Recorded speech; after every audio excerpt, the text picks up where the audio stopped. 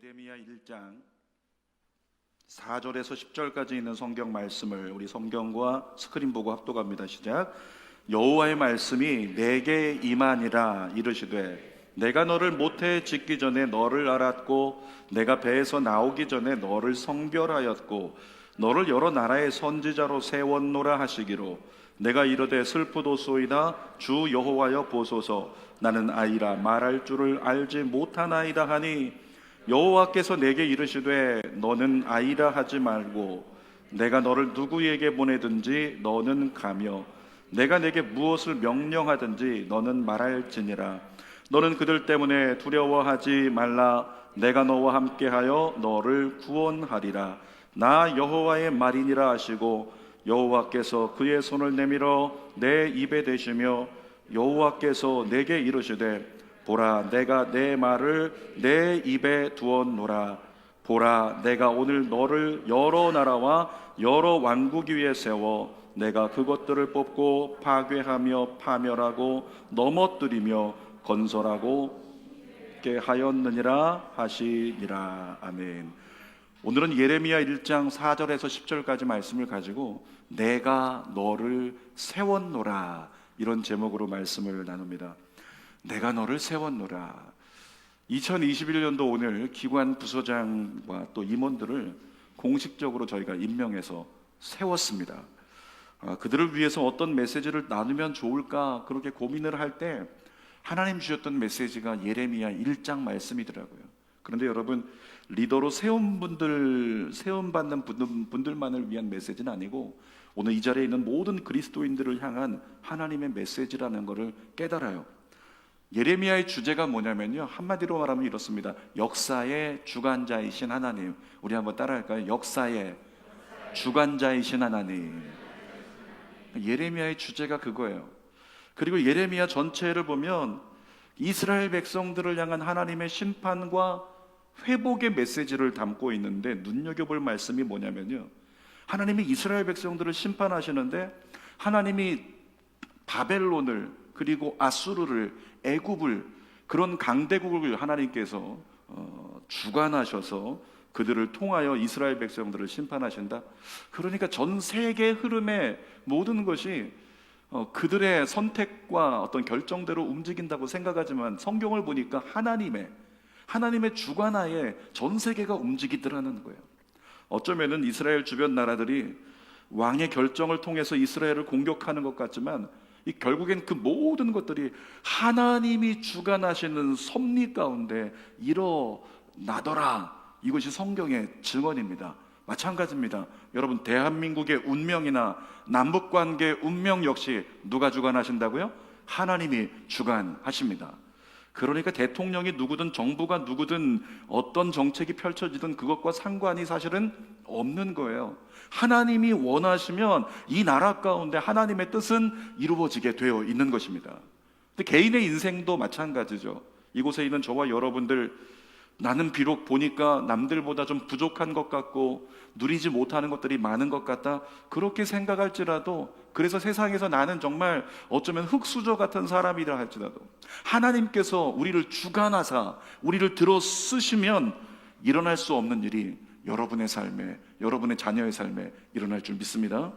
그래서 그리스도인은 세상 방법으로 어떻게든지 능력을 좀 더 가져보려고 세상에 기웃거리지 말고, 힘들고 답답할수록 누구만 바라보자? 오직 주만 바라보자. 그것이 예수 믿는 사람이어야 된다는 거죠. 그렇게 연약한 중에 주만 바라보고 의지하도록, 그래서 크게 쓰임받았던 선지자, 그가 누구냐면 예레미야라는 사람이에요. 세 가지를 나눌 텐데요, 첫 번째로 예정과 선택에 대해서 예레미야를 통해 우리에게 말씀하십니다. 여러분, 우리는 하나님께서 사람을 선택하시고 부르시고 쓰실 때 한순간의 선택으로 부르신다고 생각할 때가 있어요. 올해 때가 돼서 하나님의 올해 나를 고민하던 중에 나를 오래 선택하셨구나, 이렇게 생각할 때가 있다는 거죠. 그래서 콜링을 받으면 어떻게 반응하냐면, 내가 생각하는 때는 나는 아직 준비가 안 되었고 나는 깜이 아니다, 이렇게 얘기하면서 하나님의 부름에 대해서 거부권을 행사할 때가 우리 안에 있다는 거죠. 여러분, 그런데 예레미야를 보면 우리가 그렇게 대답할 수 없다는 것을 알게 됩니다. 자, 예레미야 1장 5절 읽어볼까요? 내가 너를 모태에 짓기 전에 너를 알았고 내가 배에서 나오기 전에 너를 성별하였고 너를 여러 나라의 선지자로 세웠노라 하시기로. 세 가지를 말씀합니다. 모태에 짓기 전에, 착상되기 전에 너를 알았다고 말씀하세요. 배에서 출산되기 전에 너를 성별했다, 구별했다 말씀하십니다. 그리고 너를 여러 나라의 선지자로 이미 하나님이 세웠다, 이렇게 말씀하시는 거죠. 부모를 통해서 수정이 일어난 순간을 말하는 게 아니에요. 내가 너를 모태에 짓기 전에 부모를 통해서 난자와 정자가 만나서 수정을 이루는 그 순간을 얘기하는 게 아니고, 그때 내가 너를 알았다, 이것이 아니고요. 그 원어 성경을 보면 직전의 시간을 얘기하는 게 아니라 아주 오래전에, 하나님이 여러분을 언제 하셨다고요? 아주 오래전에요. 그 오래전이라는 시간을 어떤 사람은 영원전이라고 얘기를 해요. 그러니까 태초를 얘기하는 거예요. 태초에 이 땅을 만드실 때, 이 세상을 만드실 때 이미 하나님은 누굴 아셨다? 여러분의 이름 시작 성현이를, 시작 성현이를, 시작 금자를, 시작 복례를 하나님이 이미 영원전부터 아셨다라고 하는 거죠. 그러니까 태초부터 하나님이 예레미야를 아시고 예레미야를 향한 하나님의 계획을 준비하셨다, 이런 말씀이에요. 또 보니까 지금 예레미야 네가 배에서 나오기 전에 너를 성별하였다, 이렇게 말씀했는데, 여러분 뱃속에 있는 아이가 태어날 때요, 어떤 아이로 태어날 줄 알아요? 그러니까 이 아이가 뭐가 될지 어떻게 알겠어요? 우리는 알 수가 없잖아요. 혹시 지금 뱃속에 아기 가지신 분 계십니까? 그 아이가 어떤 아이가 될지 어떻게 알겠어요? 잘 모르죠. 그런데 누구는 아신다고요? 하나님은 아신대요. 이미 뱃속에 있을 때부터 하나님은 그 인생을 향한 하나님의 뜻을 예정하셨다라고 말씀하시는 거죠. 그리고 예레미야를 향해서는 하나님의 거룩한 사역을 위해서 예레미야의 삶을 태어나기 전부터 이렇게 성별하였다, 구별하였다, 그렇게 말씀하고 있는 겁니다. 오늘 일부 예배 우리 이렇게 나오면 왜 지역마다 가면 명물이 있잖아요. 일부 예배에 인물로서 볼 때 명물, 이렇게 얘기하면 저는 우리 제일 오른쪽에 앉아있는 유빈이를 얘기를 하고 싶습니다. 우리 고등학생인데 일부 예배 이렇게 나와가지고 열심히 섬겨주는 우리 유빈이, 여러분 유빈이의 삶도 마찬가지예요. 유빈이가 그냥 필요하니까, 때가 됐으니까, 어떤 내가 좀 건반을 전공하는 사람이니까 그러니까 연주를 할 수 있는 게 아니고, 뭐라고요? 이미 유빈이가 우리 엄마 서혜숙사님 배에서 나오기 전부터 유빈이를 예배자로 구별하셔서, 그래서 유빈이를 세우시기로 하나님이 구별하셨다는 거죠. 그러니까 하나님이 그런 계획을, 유빈이를 향한 계획을 이미 가지고 계시기 때문에 그 계획이 이루어지기까지, 어쩌면 그 작은 계획의 조각 속에 오늘의 예배 연주자일 수도 있는데, 이것이 이루어지기 전에 삶에 얼마나 또 많은 일들이 있었겠어요. 살다 보면 그런 거 있잖아요. 어렸을 때 아프기도 하고 또 다치기도 하고 사고 나기도 하고 온갖 일들이 있으면서 걱정하고 번민할 수 있는 그런 과정이 있었을 거 아니에요. 그런데 그 과정을 지나고 보니 하나님의 예정하신 계획을 이루고자 하는 주님의 뜻 때문에 과정이 어떠할지라도 하나님은 지켜주신다. 아멘. 과정이 어떠할지라도 하나님의 계획하신 바가 있기 때문에 하나님은 지켜주신다라고 말씀하시는 거죠. 사랑하는 여러분, 마찬가지입니다. 하나님은 여러분을 이 땅 가운데 보내실 때요, 여러분을 이미 뱃속에서부터 넌 그리스도인, 그리고 너는 하나님의 사람, 하나님께 쓰임받는 이 시대 가운데 정말 주님의 전도자, 그러면서 여러분을 향하여 주님의 뜻을 예정하셨다는 것입니다. 그래서 그 예정하신 뜻이 이루기까지 삶 가운데 여러 가지 업다운 하면서 여러 가지 환난과 풍파와 눈물과 아픔이 있겠지만, 그럼에도 불구하고 하나님 보시기엔 상관없다. 왜? 하나님의 계획 이루기까지 넌 완전히 쓰러지지 않는다, 완전히 넘어지지 않는다. 굴곡은 있겠지만 내가 결국 너를 나의 계획을 위해서 반드시 사용한다. 이것이 하나님의 뜻이라고 하는 것입니다. 사랑하는 여러분, 여러분의 자녀들을 양육할 때 기억하십시오. 여러분의 자녀들을 향한 하나님의 계획이 있습니다. 하나님이 예정하신 뜻이 있습니다. 예정하신 사명이 있는 거예요.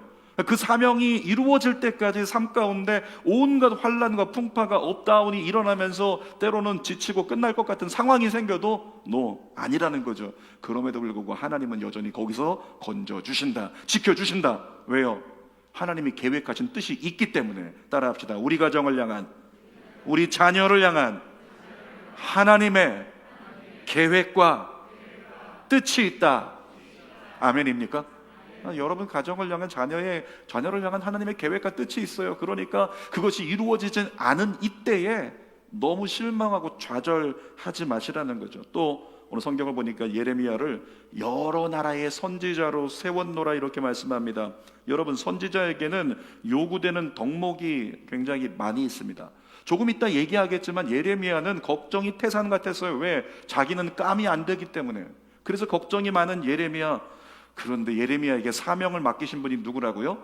너를 선지자로 세우노라. 어렸을 때부터 뱃속에 나오기 전부터 말씀하신 하나님이 누구예요? 하나님이시잖아요. 그러니까 하나님이 그를 선지자로 세우기로 결정하셨다면 걱정할 필요가 없다는 것입니다. 성경 구약에 보니까 출애굽기에 성막을 만들려고 하나님이 두 사람을 선택을 하세요. 부살렐과 오홀리압이라고 하는 사람을 선택하세요. 근데 성경을 보니까 성막이라고 하는 것은 대단한 거잖아요. 근데 이 대단한 민족을 살려낼 수 있는 이 성막을 만들 때 하나님 부살렐과 오홀리압이라고 하는 사람을 선택하셨는데 그들이 똑똑하기 때문도 아니고 능력이기 때문도 아니었어요. 성경을 보니까 이렇게 써 있습니다. 그들에게 지혜와 총명을 부으시사. 그들은 능력이 없고 깜이 안 되었지만 하나님께서 세우실 때 그들에게 지혜와 총명을 부어주사. 사랑하는 여러분, 하나님은 예레미야도 마찬가지로 깜이 안 되지만 예레미야를 내가 너로 여러 민족의 선지자로 세운다라고 마음을 정한 순간부터 하나님은 예레미야에게 능력을 부어주신다는 거죠. 마찬가지입니다. 오늘 임명장을 받은 기관 부서장, 리더들이나 이곳에 있는 모든 성도들, 하나님이 여러분을 세우실 때 여러분에게 감당할 능력을 주실 줄 믿습니다. 자, 두 번째로 오늘 무엇을 말씀하냐면 사명과 순종에 대해서 또 말씀을 하세요. 하나님께 선지자로 부름받을 때 예레미야는요, 성경을 보고 또 여러 이야기를 들어보니까 나이가 20살 전후래요. 20살 갓 전후된, 얼마 안 된. 그러니까 이 약관의 나이에 불과한 예레미야, 아직은 세상 물정을 모르잖아요.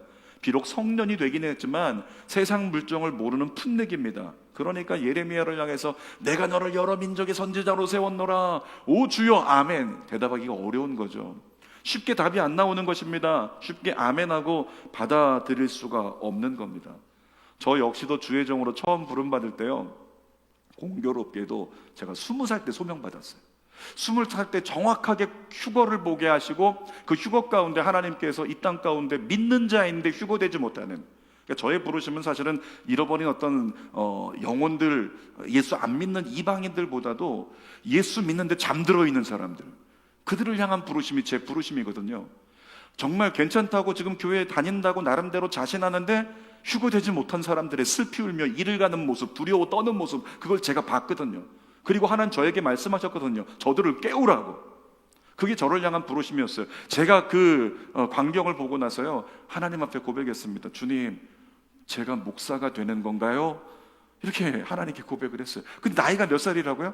20살. 그러니까 아직 아무 세상 물정도 모르고 지금 막 재수하고 있는 가운데, 지금 힘들고 어려운 가운데 있는데 제가 도저히 그 부르심이 감당이 안 되는 거죠. 그래서 감당이 안 돼서 제가 거부해버렸습니다. 그리고 그로부터 7년이 지났을 때 다시금 하나님의 부름에 순종하여 주의 종이 됐어요. 여러분, 예레미야도 그랬습니다. 하나님의 부름에 대해서 제가 감당이 안 될 것 같아서 거부한 것처럼 예레미야도 필사적으로 거부했습니다. 6절 말씀 볼까요? 시작. 내가 이르되 슬프도소이다. 주 여호와여 보소서. 나는 아이라 말할 줄을 알지 못하나이다. 여러분, 우리말 성경으로도 한번 읽어볼게요. 우리말 성경. 아닙니다. 주 나의 하나님, 저는 말할 잘할 줄 모릅니다. 저는 아직 너무나 어립니다. 예레미야는 손을 내저으면서 제가요 안 됩니다. 주님, 저 아니에요. 그렇게 거부를 했는데 그 심정이 이해가 돼요. 왜? 아직 준비가 안 된 어린 예레미야였기 때문입니다. 아직 하나님의 일을 감당할 대책이 없었던 예레미야였기 때문에 손 내저으면서 안 된다고 한 거예요. 근데 비슷한 고백을 출애굽기에서 우리가 한번 보게 되죠. 모세가 하나님께 콜링 받을 때도 똑같이 비슷한 얘기를 했어요. 자, 출애굽기 4장 10절 읽어보겠습니다. 모세가 여호와께 아뢰되 오 주여 나는 본래 말을 잘하지 못하는 자니이다. 주께서 주의 종에게 명령하신 후에도 역시 그러하니 나는 입이 뻣뻣하고 혀가 둔한 자니이다. 하나님께서 모세에게 명령하세요. 너는 애굽 바로 왕을 만나서 그와 대면하여 논쟁하고 내 백성을 인도하라. 이렇게 말씀하셨는데 모세는 말주변이 없어요. 논쟁하려면 말주변이 있어야 되잖아요. 그런데 모세는 그 부분에 어려움이 있었다는 거죠. 그래서 대책 없는 자신의 모습 때문에 전 안 됩니다라고 거부한 거예요. 사랑하는 여러분, 내 자신을 볼 때 능력이 없어서 깜이 안 돼서 대책이 없을 때 우리는 하나님께 손을 내줬는데 그때 하나님 이렇게 말씀하시죠. 너는 대책 없지만 나는 대책이 있다. 따라할까요? 하나님은 대책이 있으시다. 내가 할 수 없는 것을 할 수 있도록 만드시는 분이 누구십니까? 하나님이시잖아요. 자, 빌립보서 4장 13절에 유명한 말씀 기억하시죠? 내게 능력 주시는 자 안에서 내가 모든 것을 할 수 있느니라. 이게 뭐냐면 난 다 이룰 수 있는 만능이야, 이런 얘기하는 게 아니고요, 하나님의 도우심을 믿기 때문에 사도 바울이 난 어떤 환경이 다가올지라도 주님의 도우심으로 감당할 수 있습니다. 왜? 하나님이 하실 테니까. 따라합시다. 하나님이 하실 테니까. 사랑하는 여러분, 절대로 하나님 앞에서요 노라고 대답하지 마세요. 하나님이 부르실 때 노라고 대답하지 마십시오. 하나님께는 무조건 예스라고 대답하세요. 왜 그렇습니까? 앞에서 말한 것처럼 우리 하나님은 우리를 선택하실 때요, 아무개를 부르면서 내가 널 쓰겠다, 내가 널 사용하겠다, 내가 널 선택한다 이렇게 부르실 때 하루 이틀 생각하고 우리를 선택하신 게 아니거든요. 이미 영원 전부터 그 계획을 가지고 준비하시다가 오늘이 가장 좋은 때라고 생각하시는 하나님이 우리를 부르신다라고 하시는 거죠. 그런데도 현대교회 성도들을 보십시오. 예레미야가 그랬듯이 현대교회 성도들의 습관이 있습니다. 부름 받으면 아닙니다, 안 됩니다, 못합니다.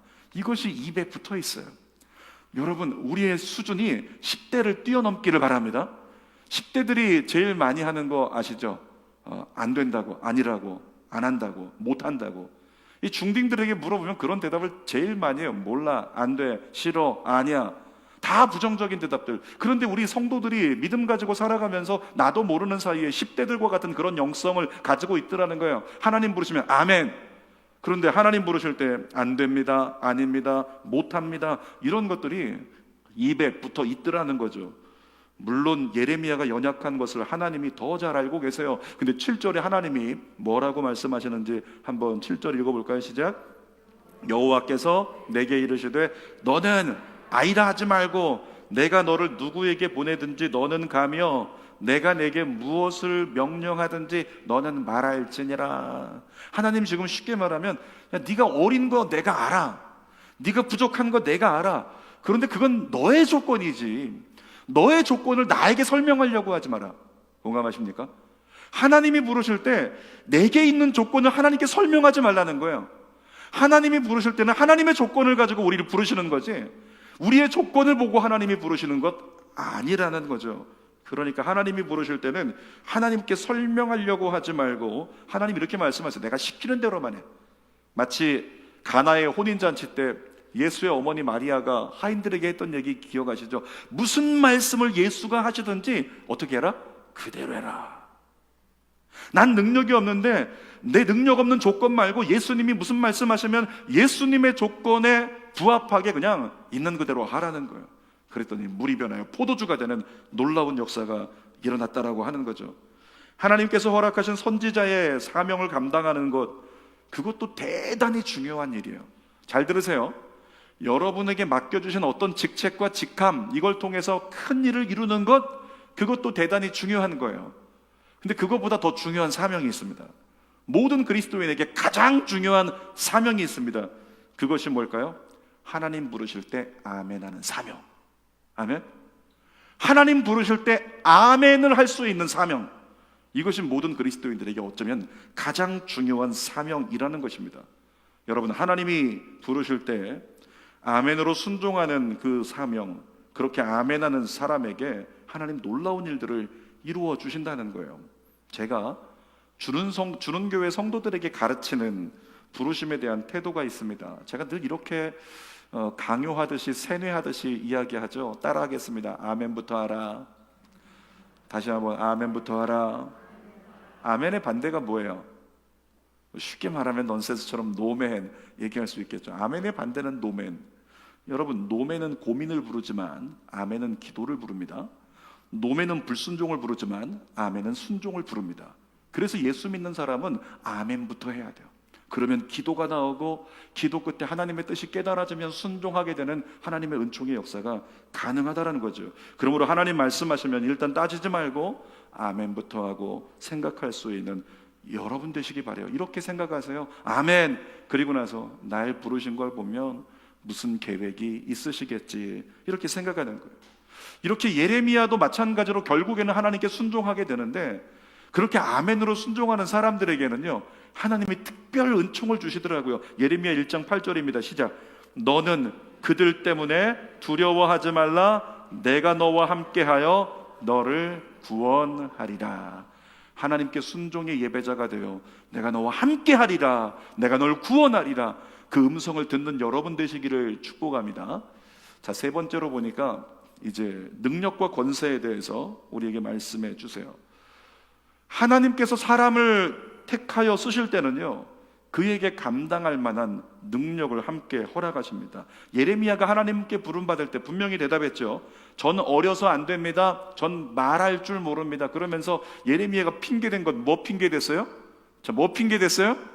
입술 핑계댔잖아요. 입술. 내 입술은 부족합니다. 어립니다. 연약합니다. 전 선지자는 외쳐야 되는데 제 입술은 연약하다고요. 그렇게 말을 했다는 거죠. 자기 입술에는 한계가 있다고 말했습니다. 그런데 우리 하나님 어떤 분이세요? 대책 있는 분이시잖아요. 우리 하나님 어떤 분이십니까? 한계를 넘어가게 하시는 하나님이시잖아요.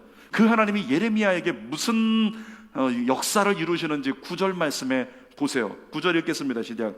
여호와께서 그의 손을 내밀어 내 입에 대시며 여호와께서 내게 이르시되 보라, 내가 내 말을 내 입에 두었노라. 사랑하는 여러분, 예레미야 어떻게 했다고요? 자기 입술을 가리켰다고요. 내 입술은 부족하다고요. 어리다고, 안 된다고요. 무능하다고. 그런데 예레미야가 무능하다고 이야기한 그 입술에 어떻게 하십니까? 하나님이 손을 대버리세요.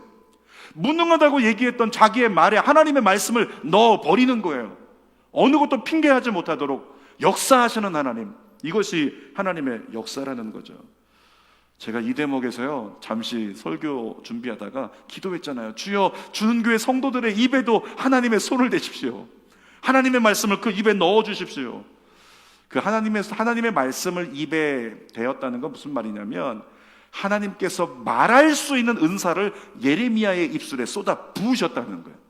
그래서 예레미야가 그 뒤에 입만 열면 성령의 감동하심에 따라 사도행전 2장에 나오는 그 역사처럼 성령이 말하게 하심을 따라 말하기 시작하니까 그 말에 권세가 있고 능력이 있어서 어느 누구도 거기에 대해서 항변할 수 없는 선지자의 위대한 메시지가 되었다는 거죠.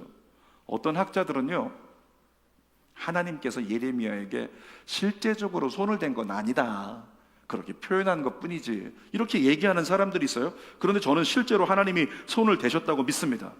왜냐하면 5년 전에 이 기둥 옆에 있는 자리에서 예배드리는 어떤 집사님에게 그 일이 일어났거든요. 예배드리다 말고 일부 예배 가운데 한 집사님이 예배드리다가 갑자기 울기 시작하더니 뒤로 뛰쳐나갔어요. 나가서 화장실 갔다 들어오더니 저 유아동반 예배실에 들어가서 거기서 예배 끝날 때까지 그냥 펑펑, 여기서 제가 보아도 느낄 만큼 펑펑 우는 거예요. 저는 그때 생각했습니다. 오늘 내 설교가 진짜 좋았나 보다, 이렇게 생각을 했어요. 나중에 보니까 그것 때문이 아니라 예배 중에, 찬양 중에, 기도 중에 누군가가 손을 갖다가 자기 입술에 딱 대는데 놀래가지고 눈을 떴더니 아무도 없어요. 다시 눈을 감으니까 또 누군가가 입술에 입을 대는 거예요. 그리고 입술에 말을 주관하시는 하나님의 터치를 경험한 거예요. 그 경험 때문에 하나님의 실존하심과 살아계심이 느껴지니까 견딜 수 없어서, 나같이 못나고 부족한 것 기억하셔서 내 입술에 손을 대시고 나를 감동하시고 내게 은혜로 주신 하나님, 그래서 방에 들어가서 그렇게 펑펑 운 거예요. 사랑하는 여러분, 우리 5년 전에 일어났던 동일한 체험이 1000번째 가운데 여러분에게 일어나기를 주님의 이름으로 축복합니다.